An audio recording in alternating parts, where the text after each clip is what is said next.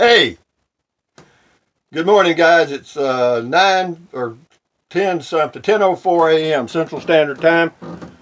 Uh, 58, 60 degrees nearly now. Cool, clear.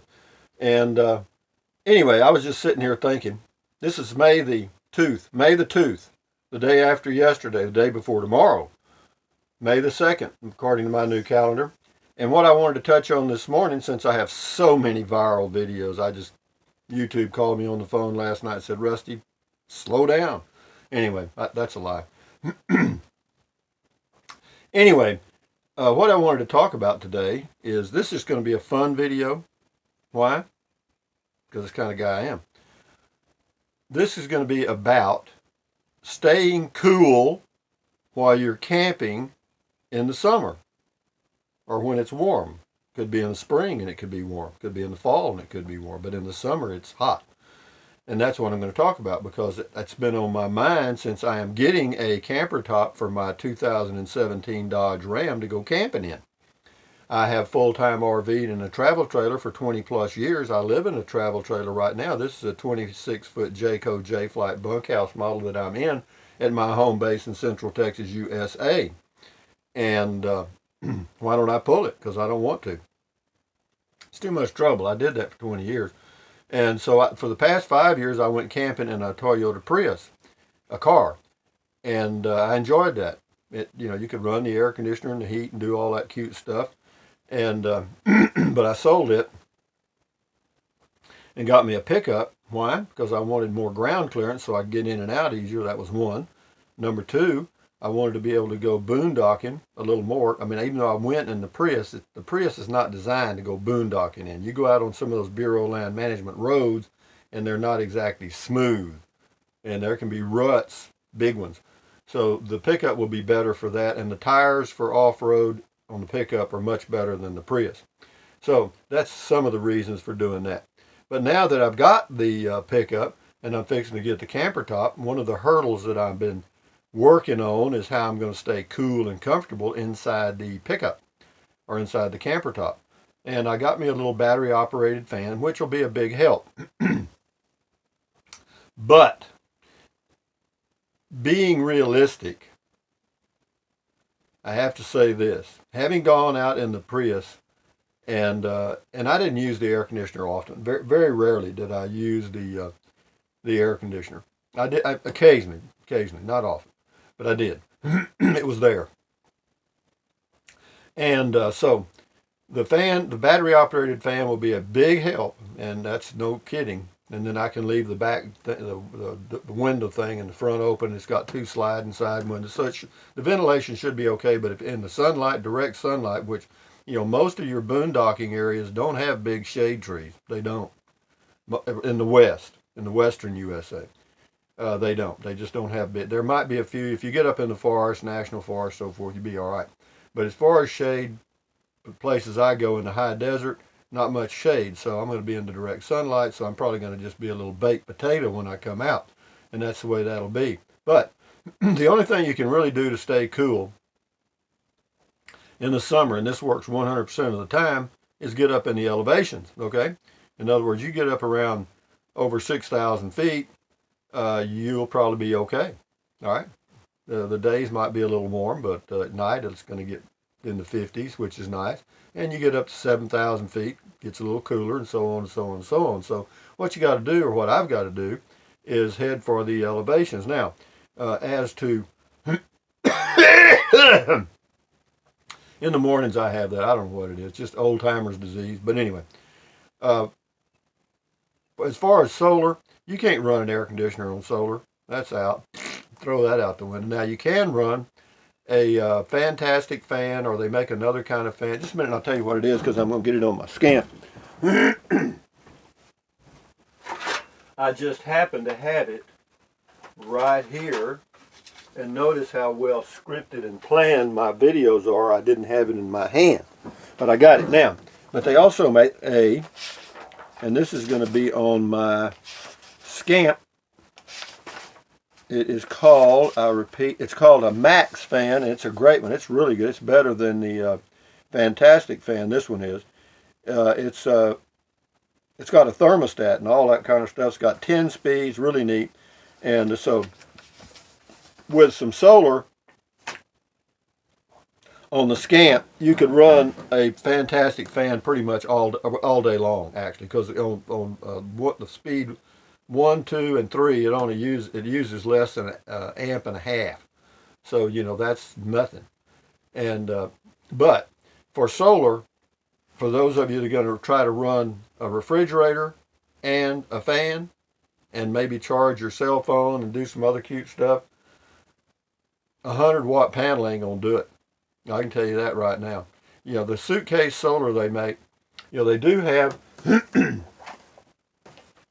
suitcase solar from Renogy, Renogy, if I'm pronouncing that right, which I'm probably not perfect pronouncer. But the 100-watt panel, I talked to them at Renogy and told them what I was thinking about doing and how much it cost. And when they told me, I fainted and hung up the phone. And that was the end of that crap. But what I was going to say was, if you're going to go with solar and you plan to do anything, I mean, you can charge your cell phone, but to do solar and have a refrigerator, and that's another thing. Those damn 12-volt refrigerators are expensive, folks. I mean, a 12-volt now cooler, a 12-volt cooler, which is different. It does not freeze. It doesn't do anything. It keeps things about 40 degrees cooler than the ambient temperature or the surrounding temperature. In other words, if the surrounding temperature is 90, then the cooler will keep stuff around 50, and so on and so on and so on. Now, the 12-volt refrigerators, they're just a regular refrigerator, all right, but they're pretty damn pricey. Let me see. I was going to check out something if I can. But what you need to really make it work is a 200-watt, if I can spell it, portable solar panel. 200 watts will make it work. 200 watts will make it work. Okay? And they make all kinds. But, folks, to do, if you're going to go boondocking and you want to be comfortable with your fan on and have your refrigerator where you got your food cold and all that kind of stuff, a 200-watt Renogy, the good one, is $673.19. Now, the good thing about the Renogy, it comes with everything. I mean, it's even got the controller and all the stuff.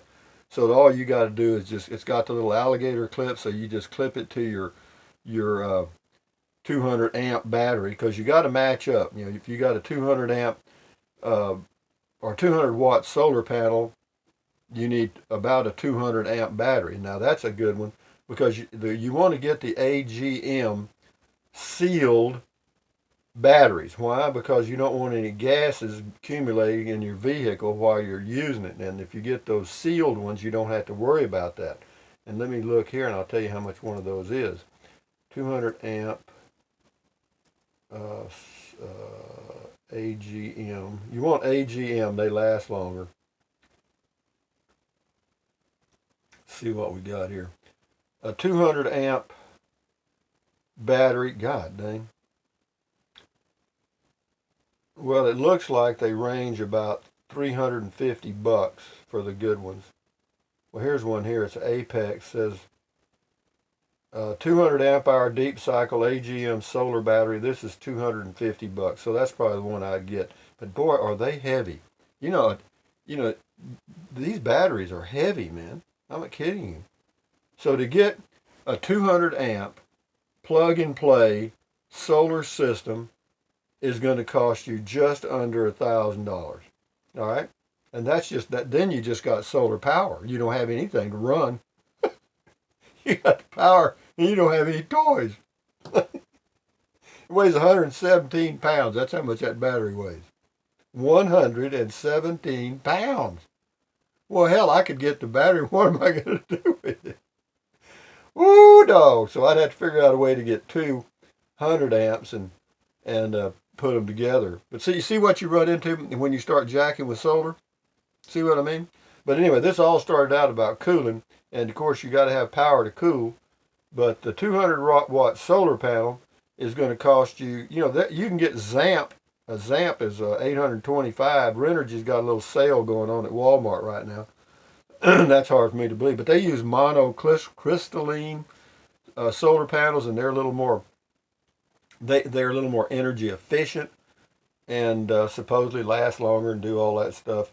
But that's the way to cool. The best way to cool, folks, is just go where it's cooler, and that's the fact. You know, you just can't. But you know, again, not everybody is like me. They're not everybody's retired, and not everybody can just pack up and go. But I just wanted to touch on the fact that, you know, I am getting this camper top. I am going to go traveling, and you know, it's just everything seems to be a catch-22. You know what I mean? If you do this, then you got to do that. And I like to keep it simple. You know, could I get by with 100 amp solar? Yeah, I could. But all I'd be able to run is a fan. You know, the refrigerator, those 12 volt refrigerators. Why would I want a 12 volt? You know, to really, for me to do it right, if I got the Scamp, if I go ahead and get the Scamp, the 13-foot travel trailer I've been looking at, it comes with a 1.9 cubic foot refrigerator. It doesn't have a freezer. It's just a refrigerator, but it's kind of an energy hog, and but it's not that bad. I mean, that would work. You know, I'd have to get at least 100 amps to run that thing probably. But anyway, this is all the fun for me is just looking at all this stuff, you know, because you never know what these things cost, man, until you really check them out. 12 volt refrigerator. There it is right there.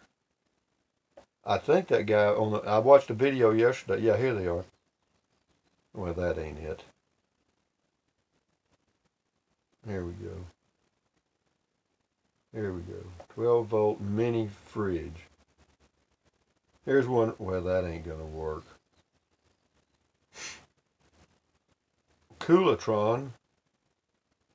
Well, that's a cooler though.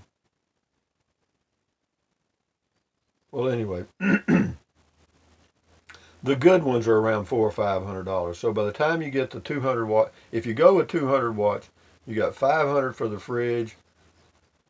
Probably about 300 for batteries, plus at least 700.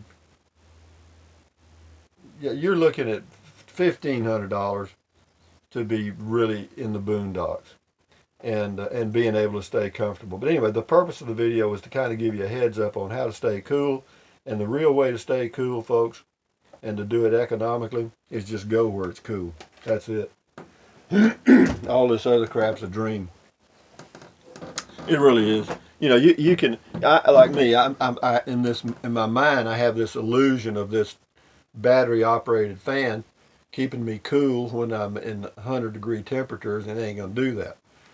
In other words, when I leave Texas going out west through Fort Stockton, or I'll have to stay one day in Texas somewhere, and I don't want to stay at a Motel 6, so I'll have to camp, and that first day it's probably going to be a little tough. But having said that, guys, I just wanted to give you a heads up on cooling in a van, pickup, camper, car, whatever you're in, and some of my thoughts on that. But anyway, having said that, thumbs up, carpe diem, adios, bye, bye, bye, USA made when you can. Drink plenty of water. 3 quarts a day will not hurt you. You may pee like a racehorse or a 2 or 3 peckered possum, but you will feel much better, and you will get to know your restroom quite well. Take deep breaths.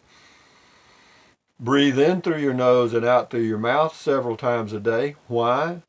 It relieves stress. And when you relieve stress, it lowers your blood pressure. And when you lower your blood pressure, your little heart doesn't have to work so hard. You'll live longer. And do your stretches, and that's what I'm fixing to do again right now. I'm going to go take a little walk. Stretch, walk, keep your health, because we're going to go camping somewhere. And I got me some steps on order. I did that. So anyway, we're getting ready to go. It's just a matter of getting the camper top. Anyway, guys, thumbs up. Adios. Have a good day. Bye-bye. May the 2nd. Nah, nah, nah, nah.